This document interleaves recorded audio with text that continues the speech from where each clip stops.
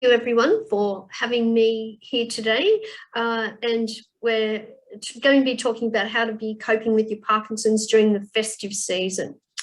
So planning is really the key to an enjoyable, stress-reduced Christmas and holiday time. Everyone's keen to catch up and celebrate with family and friends, particularly this year after we've had, such long lockdown periods without seeing our family and friends. It is essential to be organised during this time, as there will be less opportunities for everyone to be getting prescriptions, filling out the medication, making appointments and organising your shopping. And the list goes on really of things that need to be done. It can be very helpful to keep a diary to remind yourself of your appointments and things to be done.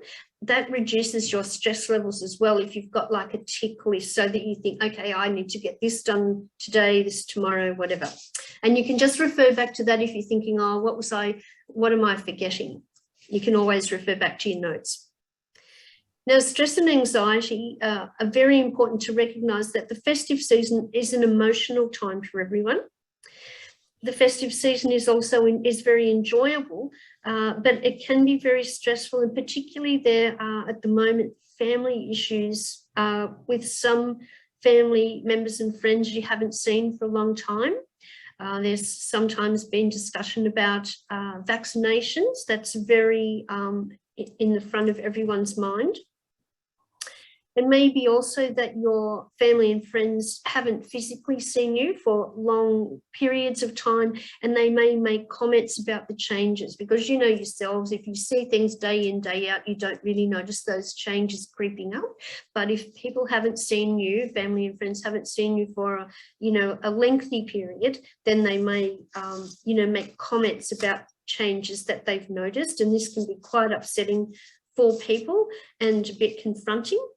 So, just be aware that this could happen, and you don't want that stress and anxiety to ruin your recreation and festive time. So if your anxiety escalates, it can get into sort of panic attacks. So if you're feeling depressed and needing to talk to someone, then, you can call Lifeline 131114. If you are feeling anxious and with any situation much smaller than that, you just need to stop, take a deep breath, and then use all of your senses to just check out and reset yourself. For example, looking around you, finding 5 things you can see, 4 things you can touch, so on and so on. You don't want to let things escalate and get out of hand. Now, medication with Parkinson's is essential, and therefore ensure that you have a sufficient supply of your regular medication, including pain medication and aperients, because very important to manage that constipation, which many people have issues with Parkinson's. It's also important to have you backup scripts and a list of your medication in case there's any issues if you're away from your regular pharmacy, visiting family and friends. Ensure that you have a pill box and set maybe on your phone to prompt you to stay on time with your medication. It's very easy when you're on an outing or you're going to the shops, whatever you're doing, to forget your medication. Then you're running behind, and then you get that sort of wearing off and issues happening. So good idea to be practicing that constantly to keep on time with your medication. Now, if you're traveling, you should really also have a supply of medication in your hand luggage, so it's it's easy to hand for you. You don't want to have to wait to get your suitcase to get out your next dose of medication. Have a list of medications, and also if you are traveling, you might need to have a letter from your doctor. If you're maybe going overseas, some people are doing that, I know. You need to have a letter with the medications written out so that you can be showing that to the customs and so forth. You may also, if you're travelling, need to adapt to the new time zones. Even going to Queensland, the time zones are different in Queensland to New South Wales. You need to you know, don't stay on your Australian. If you're going overseas, your Australian time zone, once you're in the flight, then you need to adapt to the new time zone. Of course, you don't want to be taking your daytime Australian medication routine if you're going to be overseas in a different time zone. The same goes for returning to Australia. I know a few people have headed off to the UK, so complete change of time zones.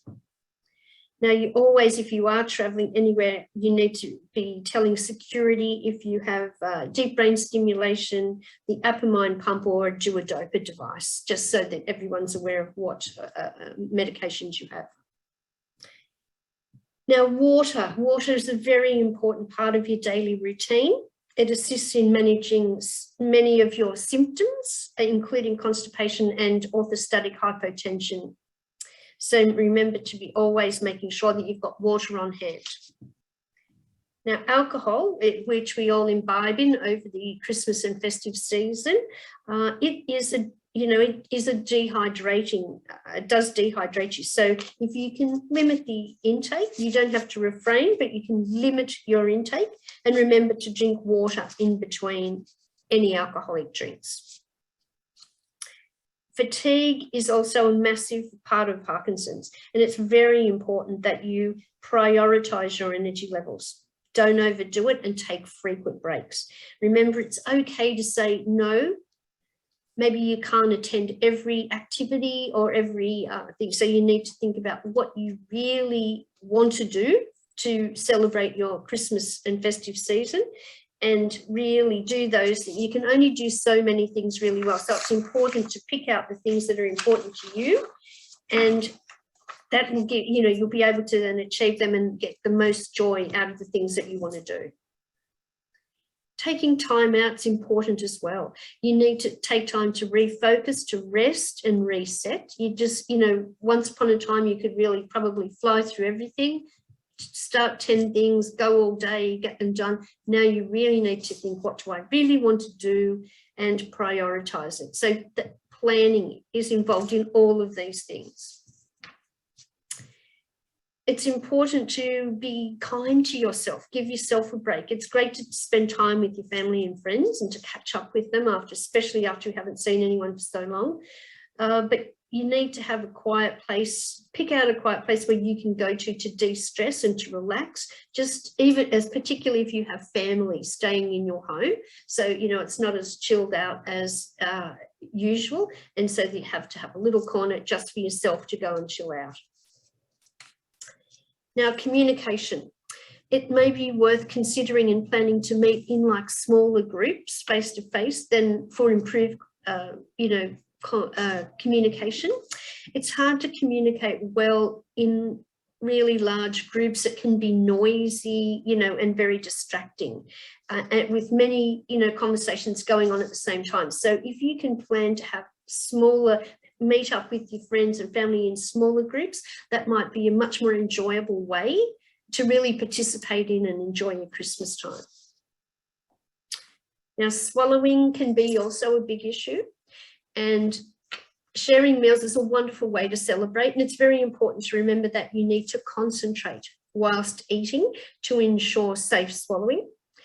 That means, so not really chatting, watching telly and eating at the same time. You need to be really concentrating on just managing your eating and then talking, so prioritizing those things. Be aware of protein, because there's always a big temptation to be eating lots of ham and turkey and those sorts of things, but being aware of when you're having those protein meals and your medication timing. You want to be getting the maximum effect from your medication. Also consider the size of the meals, because, you know, it's always a bit more of binge eating over Christmas, but, you know, it's important to consider the size of your meals you are eating, as this can have an impact on your medication absorption and your gastric issues. You get that gastric reflux sometimes. Now, good hand hygiene is a very important factor to consider. This can also reduce the risk of spreading infection of any type. So, you know, taking some extra, you know, the small packs of wet wipes with you when you're on your outings, you know, just so you can be utilising always good hand hygiene. Now you need to look at think about your support services over those the Christmas periods of holidays. You need to look into the changes that might occur with your support services due to the holidays. Plan how you will manage these changes so that the changes aren't so stressful and difficult for you to manage. Maybe if you're going to be spending time in unfamiliar environment with family and friends, staying overnight with them, you might consider taking a nightlight, because often people have to get up and down in the night to the bathroom. And so just having, you don't want to wake up and then think, oh, where am I? If you've got a little nightlight, it gives you more confidence than, oh, here I am, I can see my way to the bathroom. We want to do everything we can to limit the risk of falls. You need to plan well in unfamiliar surroundings. Now, another thing that's going to be quite impactful when you're doing your outings and your shopping for Christmas and things is the checking in. And this has become, a routine now for all of us. We all need to check in. And we're getting used to that with the COVID rules, but it means that wherever you go, you need to check in and you need to show your proof of vaccination. Now, if you have a smartphone, this information can be stored with easy access for you to click into. If you don't have a smartphone, then you can carry a copy, a paper copy of your vaccination, proof of vaccination, and that's perfectly acceptable. Where you might want to think about how, popping a couple of copies, if you're going to change handbags, ladies, you might want to pop that, if you do have a paper copy, then pop a few copies, into different bags. So you've always got it when you get out. It's very stressful if you get somewhere and you don't have all the things that you need. Now, the actual physical of checking in. So you might want to think about getting into good habits about how you're going to do that, how you're going to undertake this task, because you're going to be doing it a lot. You go to the shop, you go to the garage, you go to the cafes, the restaurants, of course. Things to think about, maybe the first thing, pop on your mask, then get your phone out, then go to the app, check in, show your vaccination, and take your time. Don't stress, if you go to the clubs and there's a line up behind you, if you've got that little card that says, I have Parkinson's, it can prompt people. You don't have to be then explaining yourself or why it's taking you a bit longer to do those things. And if you have that plan in place, mask on, phone out, those sort of things in order, then it's going to be easier for you to undertake those tasks without getting too stressed out. And then you can't put your PIN number in, and if you get flustered, it's harder to manage those that check-in. One important thing, don't leave home without that smartphone. Very helpful to make sure you always have that with you so that you can check in. You've got all the things you need with you. It's easy, very easy to walk out without that phone, and then, really it's going to make life very hard for you. Yeah.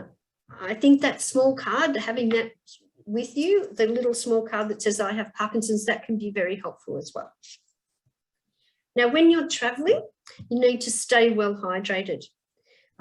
If you're, on transport, the bus, the train, the plane, whatever, sit on the end of the aisle so that you've got easy access to get to the bathroom. It's also important not to be rushing from place to place. So if you can stay, have longer periods at your destination, stay over on the halfway, things like that can make it easier for you to manage and cope with that without getting too fatigued. Of course, have a supply of medication with you and in your hand luggage, so easy access. All of that's quite important because it gives you that reassurance for yourself. I've got my medication, I've got everything I need with me right to hand. I don't have to worry and stress about how I'm going to get onto that. Now, exercise, the second most important way to manage your symptoms. Very, very important to try to undertake your exercise programs in the holiday period.